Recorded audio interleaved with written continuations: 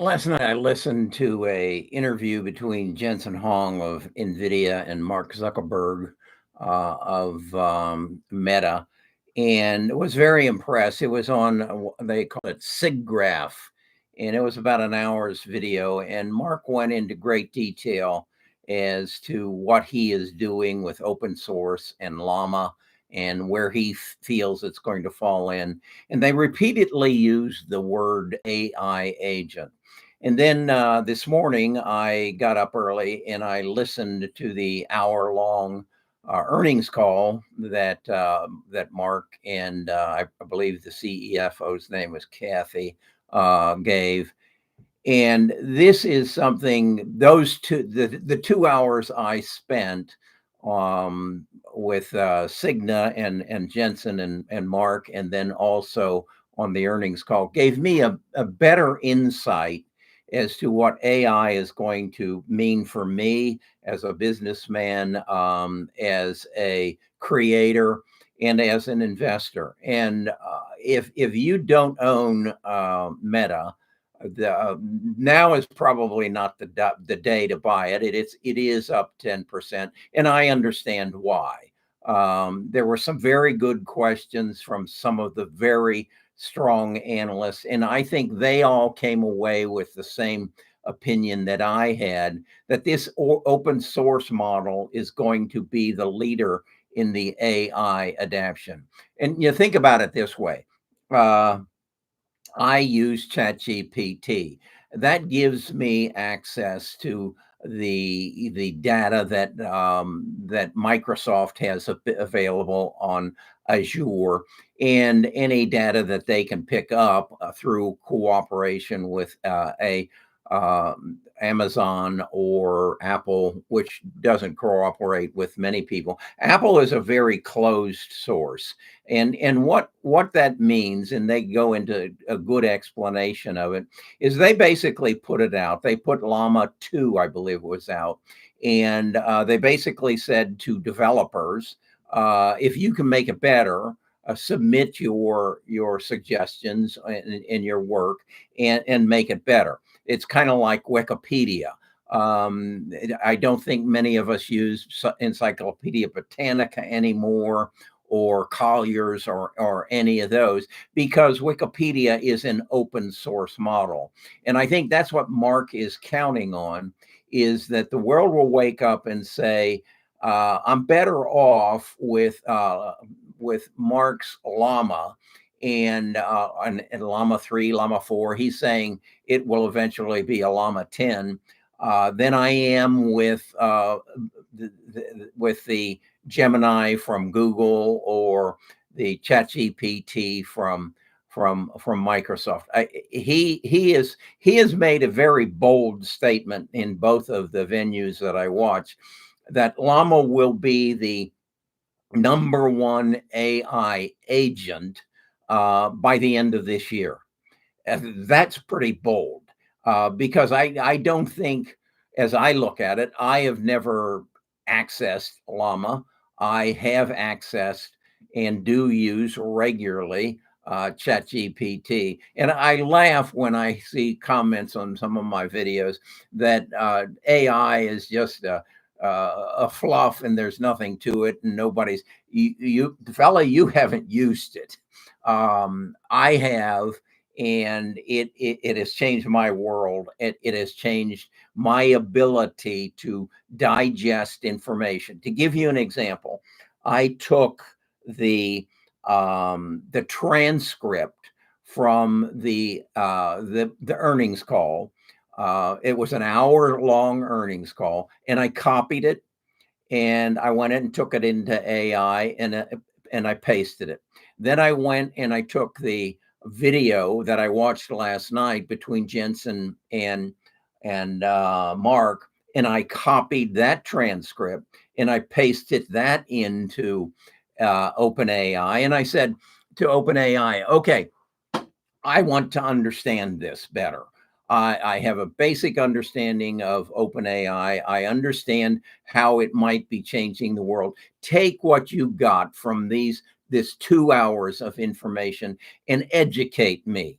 educate me on the difference between open source and closed source, educate me on what Mark is doing and what your interpretation is from other sources of information that you can gather as to what Facebook or Meta's position is going to be in this whole ecosystem of AI in the future, and explain this concept of an agent to me. And it did it. It did it and put it into a 3-page document. And I am going to then edit that and I'll write an article from it. I spent 2 hours listening to it. It took AI roughly 50 seconds to digest it, to reform it and format it and give it to me.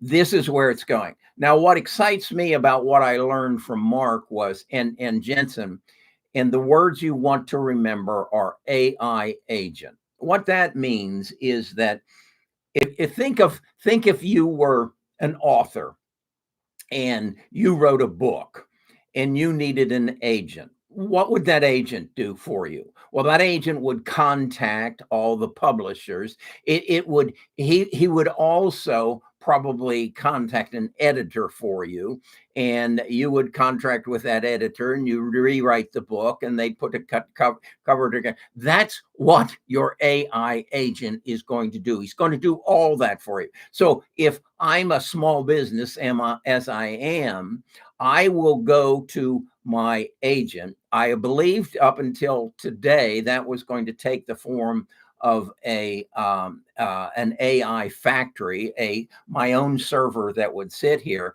But Mark is basically telling me he's going to provide that server for me. He's going to provide me the agent, and then the agent will come and take all my data. What is my data? My data is all the videos I've made, all the articles I've made, all the emails that I've written, any PDFs that I've created, and put that into a composite of my data. Now, my agent will totally familiarize themselves with my data source. That will remain mine, and Mark will keep it separate so that it's not out in the rest of the world. But he will then bring the agent into the realm of all the other knowledge that's out there on Apple's, on Amazon Web Services, all Microsoft's, all the data along with my data, and then put it into a format that will help me grow my business. Mark even talks about on his advertising. We have in the past our service to our customers, and we operated under the premise that the customer knew who he wanted his ads to appear in front of better than we did. So we changed that about a year ago, and we took our AI, and we now believe that we know who Kerry should advertise to. We know who the 33 million people are on that trade their own portfolio in the United States better than Kerry does. So if he creates a video, an ad, and submits it to us, we'll decide where it should go, because we have that data that he doesn't have. And through his agent, who understands Kerry's business better than we do, the two of us will come together, Kerry's agent and our agent, and make the decision as to where to present that ad. And then the next thing he said was, we're also going to become better at making the ads and the videos than Kerry is, and we will use AI to make the ad better than Kerry can himself. So we will collaborate with our skills and his skills and present it in his format to make him more successful, and to bring down the cost of the ad, to make it more effective. I'm telling you all this because you need to own Meta. Meta has recognized that this can all be better if we work together as opposed to working separately. And I identify with that because that's what I'm trying to build.